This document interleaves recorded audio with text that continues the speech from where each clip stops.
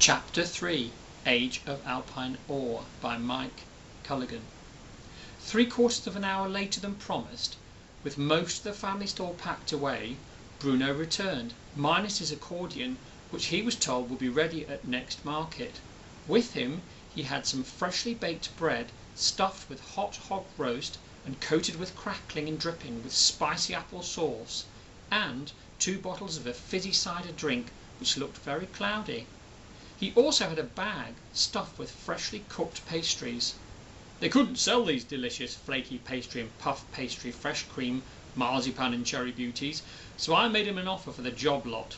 Don't say we can't manage to eat the lot, Monica, because I really want to give it a try. Oh, you look a state, Father.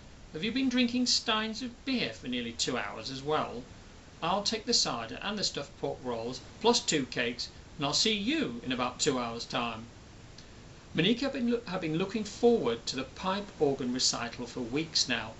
Klaus Inkelmann had travelled the length and breadth of the Silver Federation in a first-class rail carriage pulled by one of the new breed of high-speed, steam-powered locomotives. At each stop he was greeted by hordes of admirers. In order to quench some of their desire to hear him play, he had a harpsichord loaded on board which could be brought out for impromptu performances. Those towns without a pipe organ would loan him a concert grand piano to perform some of his works. No one, it seemed, minded waiting for hours to hear Klaus play a pipe organ. Such Gothic constructions required gargantuan expense, so the actual concerts were, of course, only possible in a place which could raise the funds to install one. To enable a wider audience and also to improve revenue streams, Klaus would run his recitals for up to a week in some of the larger cities. Klaus's mastery of the pipe organ was such a joy to hear. Cathedrals and churches with such an installation could only pray, because such an instrument was ruinously expensive to install, and only regular ticket-based expensive concerts could hope to make up some of the installation costs involved. In the maestro's absence, technicians were feverishly training up anyone with even an inkling of keyboard skills to take on the task of filling in the gap left behind once Klaus had left an adoring town. Nothing sounded so brilliantly Gothic as the works of Klaus, so that people wanted someone who could at least aspire to mastering his works or the like when the master was gone, with at least another year before his next return. It was widely rumoured that the church reconstruction costs, the organ installation and purchase costs at Braunstadt had largely been met by the railway company consortium. They were really coming across as big players in the Alpine business scene now.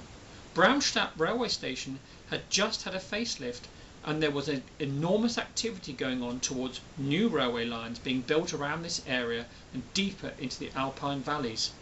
The organ was a fantastic way of raising the profile of Braunstadt, plus making it appear to be the sort of Alpine town that would attract a more wealthy type of tourist and a better customer base. What price the locals would pay to have the railway company directing tourism remained to be seen.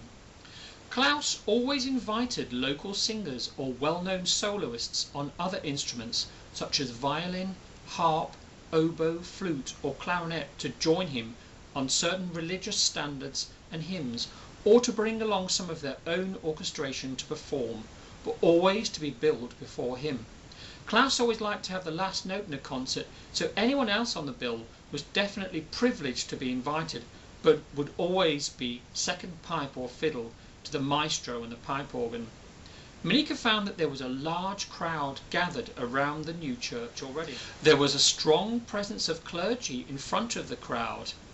Indeed, the clergy seemed to be involved in collecting concert tickets and guiding the wealthier concert goers inside.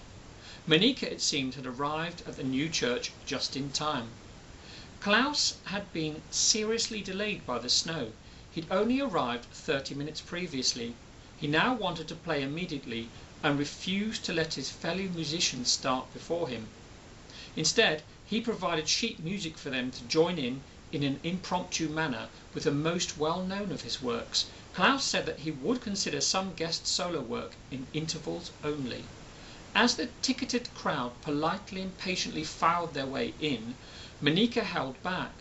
The clergy seemed quite agitated with the large crowd. Neat lines of the paying public ensured a disciplined entry into the newly rebuilt church. Rebuilt on neo-Gothic lines but scaled down to fit in with the proportions of the surrounding districts, the church was considered an ugly carbuncle by some of the village elders. To those who relished change and the destruction of the old order, the church was, however, a breath of fresh air. Gargoyles with lewd expressions and griffins abounded. There were dragons and fools and minstrels carved in stone. The architect, von Statten, was feted for his vision and bravery by most of the citizens of Braunstadt, but made enemies of some village elders who shunned his visit for the opening ceremony and service in the newly rebuilt church. This neo-modernistic Gothic church was as much about the wealth of the burgeoning railway industry showing itself as it was about worshipping the Almighty. With the paying public now all inside, the clergy waited for 5 minutes and then closed the great doors at the top of the steps. "I can't see what all the fuss is about," said an old woman wrapped up in shawls beside Monica. Monica responded with, "Well, they've got to put on a show. These days it's all about the performance. The religious side of it's secondary. Still, I didn't come here for a sermon. I came to listen to the performance, just like you." "Oh, I didn't come for that, dearie. I came to sell some of my trinkets," said the old lady. "I didn't choose this life. It chose me, sweetie. I make enough to pay for food, but I don't have anywhere to sleep. I have to beg for a bed in an inn, and do kitchen or cleaning maid or yard labour to pay for it. My trinkets are made from stuff I've found that's been thrown out by craftspeople. I've got a small bag of tools to bend and cut wire, and I just ask for bits of glue and broken things from the handcrafting shops.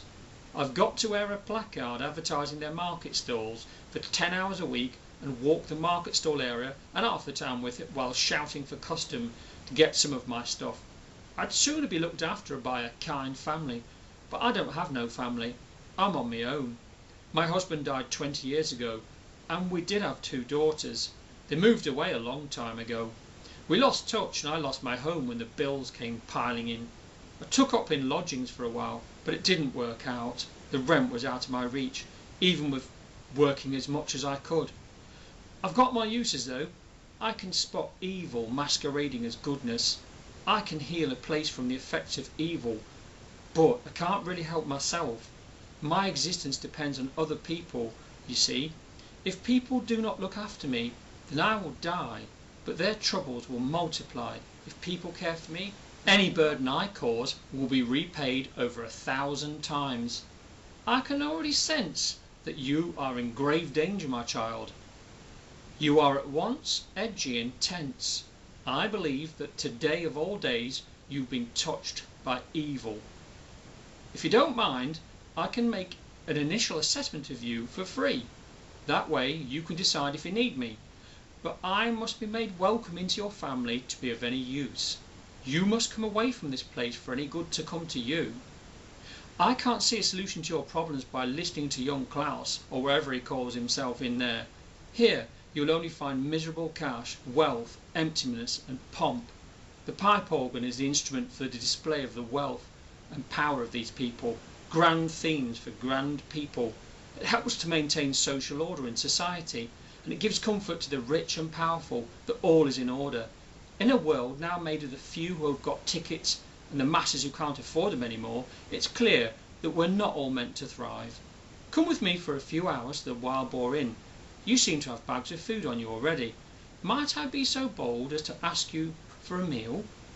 In return for a meal, I will glean what I can from your situation, and I'll come up with a plan. I do warn you that any plan will not involve me waving a magic wand. I'm not a fairy godmother, you see. My magic works slowly. It might take 30 years or so to take full effect. Monica had by now sunk so deeply into her fear of the future that she grabbed at the opportunity of any respite. Right now, the venomous old man appeared to be of more use to the Well-Times, because despite threatening her family, he'd promised a debt-free life in 20 years' time. This old crone was planning on the well-times having to endure a further 10 years of financial misery. Throwing all caution to the wind, she put her fate in the hands of the total stranger. How could anyone trust a complete stranger to solve a family's crisis? What if the woman was leading her to a certain kidnap and death? Was she part of a criminal underworld of people on the margins of society? People who grabbed at the coattails of any vulnerable being and then exploited their temporary domination over a weakened member of the stronger herd. I'll let you share my meal on certain conditions. If you let me decide where we go and come back instead and meet my father with me, I'll come with you. I don't know you well enough to meet you on your own. I just can't trust you enough yet, replied Monika. I'm afraid that won't work. You see, I can only help one person at a time. Your father will not approve of me. He'll see me as a charlatan.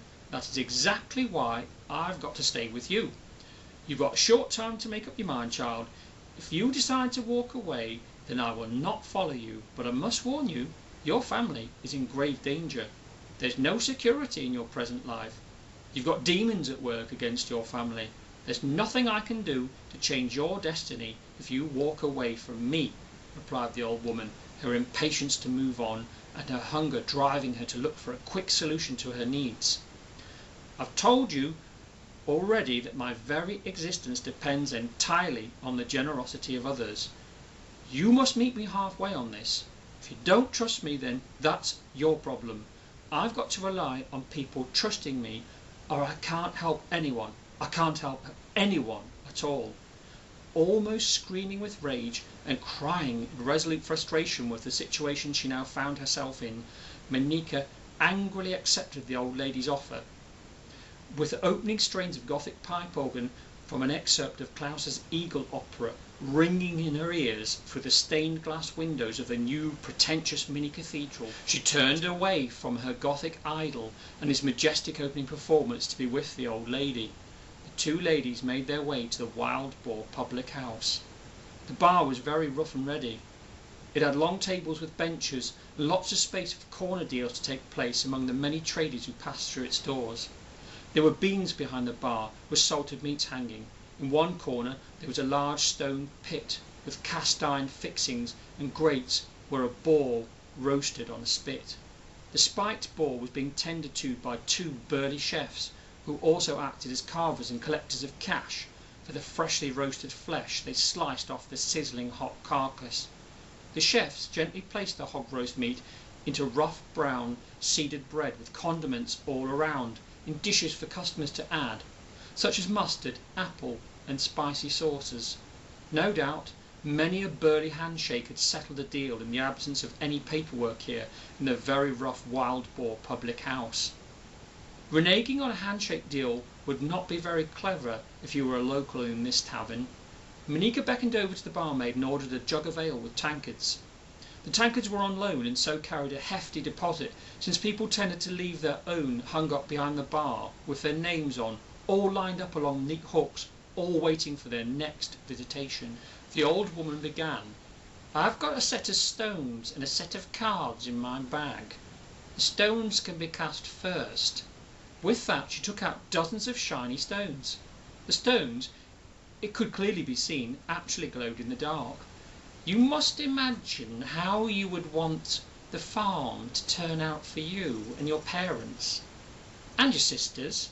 If you wish for the impossible, it'll never happen. If you wish ill for others, then it may simply reflect back on you. Hold in your mind a picture of how you think this tragedy could end. It must not be impossible. It must involve hard work, but it must be something that your family could realistically achieve together if circumstances allowed. Once you've spent a few minutes visualizing how it could come about, then tap me on the shoulder. I'll ask you to choose 7 stones. You will hold them in the order I tell you.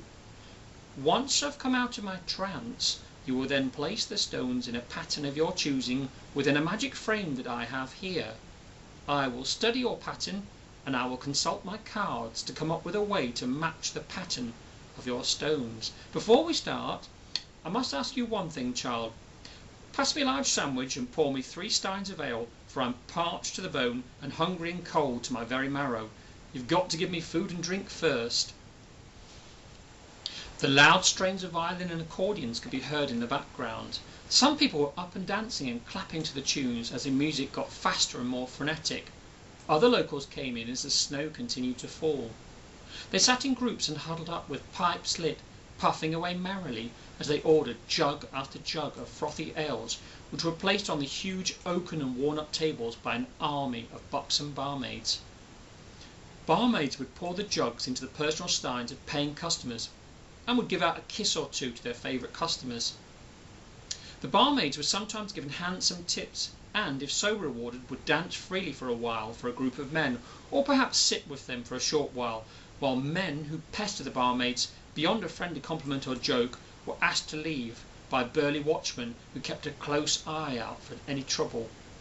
With the old woman fed and plied with 3 frothy steins of ale, the spell began.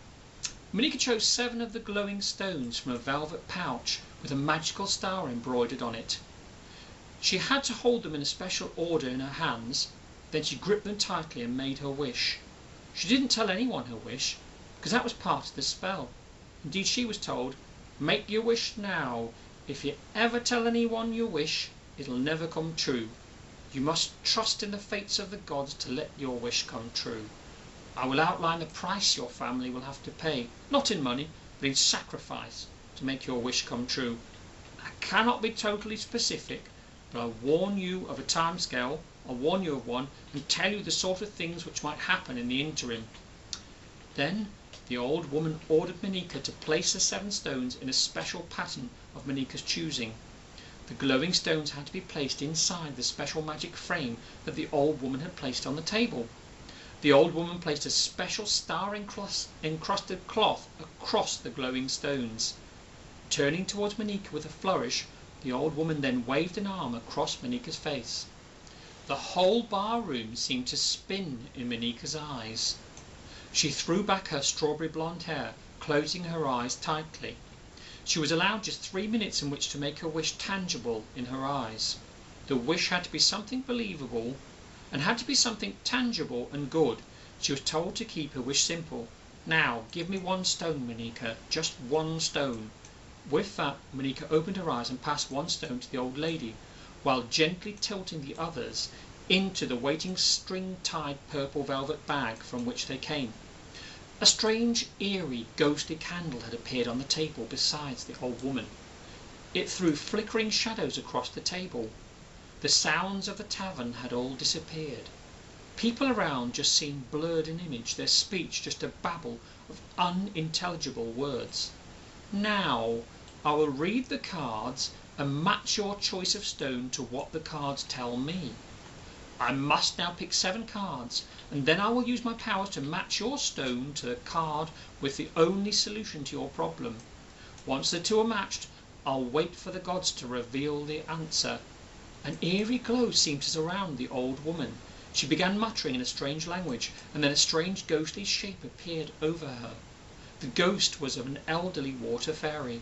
She had delicate wings and green apparel. She had a lot of silver glitter on her, and was dripping wet, as if having just been plucked from a cold mountain stream. The kindly ghost reached inside a basket and pulled out a bunch of keys.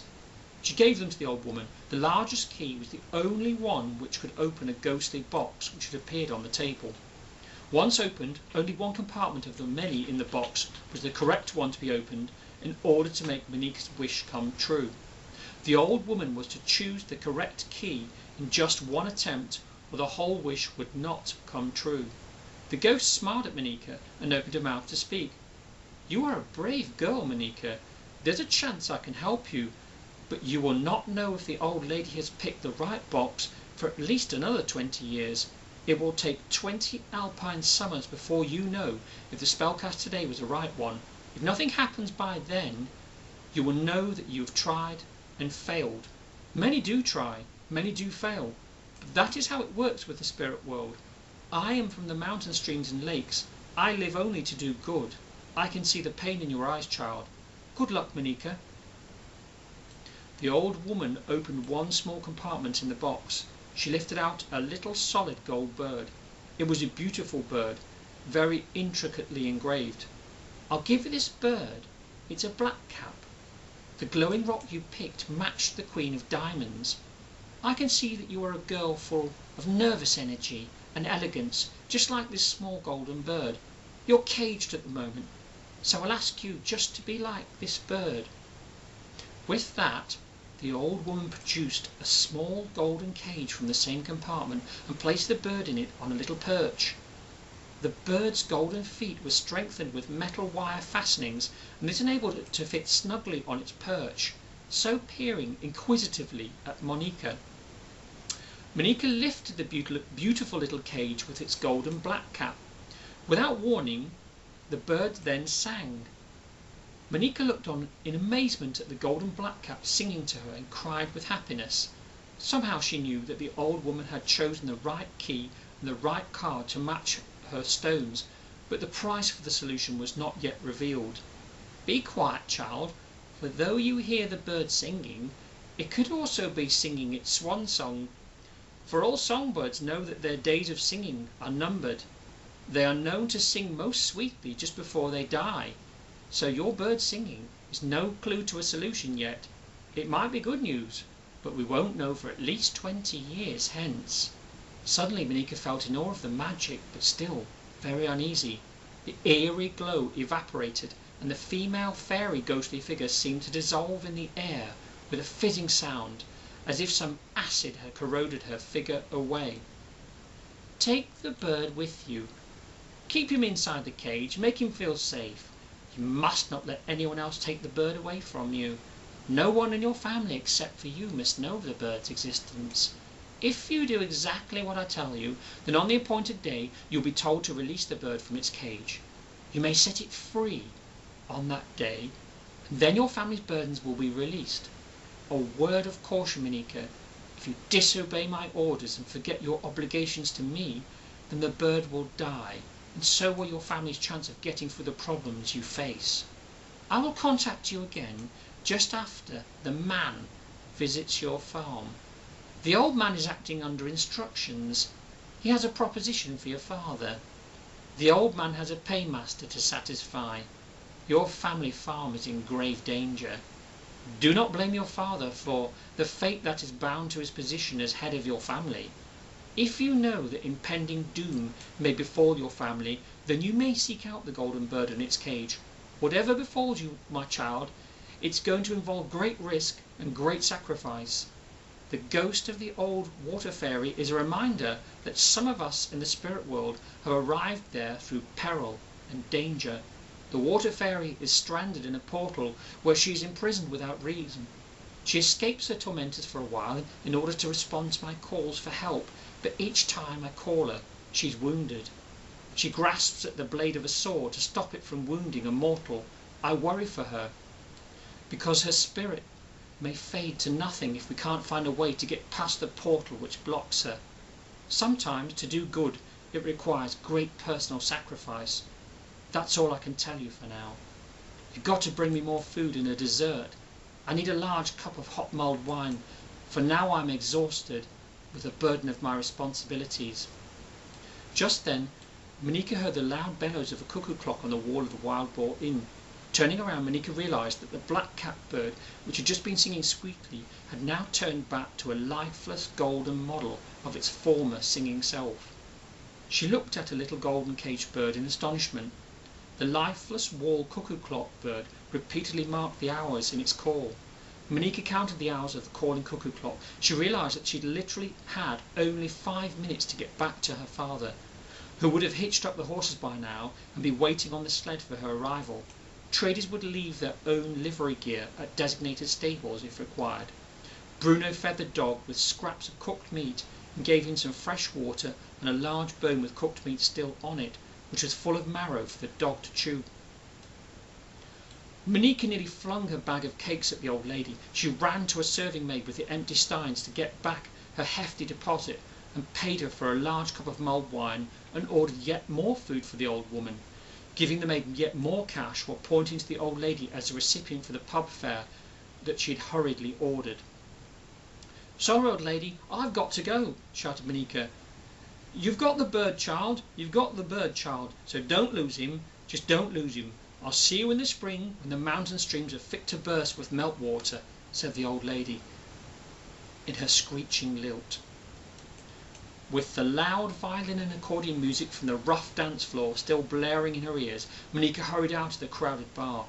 "Oh, you look like you've seen a ghost," a wizened old drunkard said in a slurred voice to Monica. "I said, young lady, you look like you've been in contact with the spirit world." Monica ignored the drunkard. He got up as if to try and find out more about her, but she glowered at him, rushing past him to the door. "She's been in contact with the dead, I can see it in her eyes," the old man said to his drinking partner. "She must be in great peril to be consorting with the dead," said his equally sozzled partner, taking a great sup from his pewter tankard, whilst tapping his feet loudly to the next jig they played on violin and accordion. The little golden bird was tucked in a satchel wrapped in a muslin cloth. Church clocks were all chiming the hour now. Monica realised with horror that she had not even found out what the name of the old woman was. She had been involved in the casting of a spell to protect the future and fortunes of her family, but she didn't even know the name of the old woman who had helped her. The ghost of the water fairy knew Monica's name, but she knew nothing of any of their magic ways. The water fairy ghost had been kind to Monica. Somehow Monica's female intuition was telling her that the water fairy ghost was trying to help her family. The Veltimes were in serious trouble now. This much had been clear from what Monica could glean from her encounter with the old woman and the ghost of the water fairy. She was breathless and exhausted now at the end of a full day's market trading. She found her father stamping his boots around the laden sled with a dog, Ausstep, chewing on a bone. "Took you long enough. Suppose you had to stay for the encore on the pipe organ, no doubt. Shame we can't afford tickets for you. Still, it's not your fault that you've got expensive tastes. Mixing with the gentry and the fine upstanding successful citizens of Braunstadt is obviously your thing, Monica." Monica glowered at her father with just the same expression that she'd used earlier in the Wild Boar public house, but she said nothing. Father and daughter had no more desire to stay in the town of Braunstadt, having sold all they could. Money was obviously really tight, because Monica could tell just by looking in her father's eyes that he'd counted the takings on the market stall and it didn't match the sales. She was left wondering if he believed that people had short-changed her, or if some stock was taken without payment. There was also a problem that all stallholders had, whereby counterfeit money was passed over. Often it was put amongst genuine change and handed over quickly by people who pretended to be in a great hurry. The coins were sometimes from other countries and had strange denominations. Sadly for market traders, the coins, or even locally minted coins which were not acceptable currency, often had a very similar weight and feel to the genuine currency. By the look in Bruno's eyes, Monica was certain that they had not done well today. Bruno lit up his pipe as he drew on the reins and urged the horses forward on the sled. "You and me, Monica, we need to talk as soon as we get to the Edelweiss Inn. I must tell you that we haven't got the money to stay there, so all I'm going to do is to shelter in the old shepherd's hut some 4 miles beyond the inn. I've got to recoup our losses so Mother won't know how bad it was. If we can brave the night out in the old shepherd's hut, then she will never know. We can't take losses like that again, so next market I'm personally taking all monies myself. I don't blame you for the losses, but people are really trying it on with us, I can tell you." "It isn't just us, Father. People are going through tough times, so they're looking for quick fixes for the cash flow problems. We happen to sell items that people want, so we're going to be targeted by some people with fake change and more. If we tighten up too much, it'll drive all customers away, because they also come for the banter, to exchange insults and to laugh. Some customers like to talk to me for 20 minutes, but they do buy things, Father. It's not my fault if you think the takings are down. It's how people are these days. In times like this, cash is in very short supply." The forest road was pitch black, so Bruno and Monica travelled slowly on the tracks. The snowfall had abated somewhat, so it was possible to see the old tracks of sleds and carriages to mark the course. They kept a flaming torch on either side of the sled to give them some light and to deter wolves and bears. Bruno kept his hunting rifle close by with a loaded derringer at his feet just in case. They could hear the howl of wolves across the valley. The sound was eerie, being carried on the wind. The wolves could also be heard yelping, play fighting and scratching at trees. Sounds like these carried well at night time. During a lull in the howls of the wolves there was a loud cracking sound. "Tree fall under weight of snow," said Bruno. "Another good reason not to wander off into forests in the winter. The trees are so heavily laden with snow that some will just fall under the weight, and others will lose whole branches at the slightest nudge. Even a shout can cause such a fall." Chapter 4.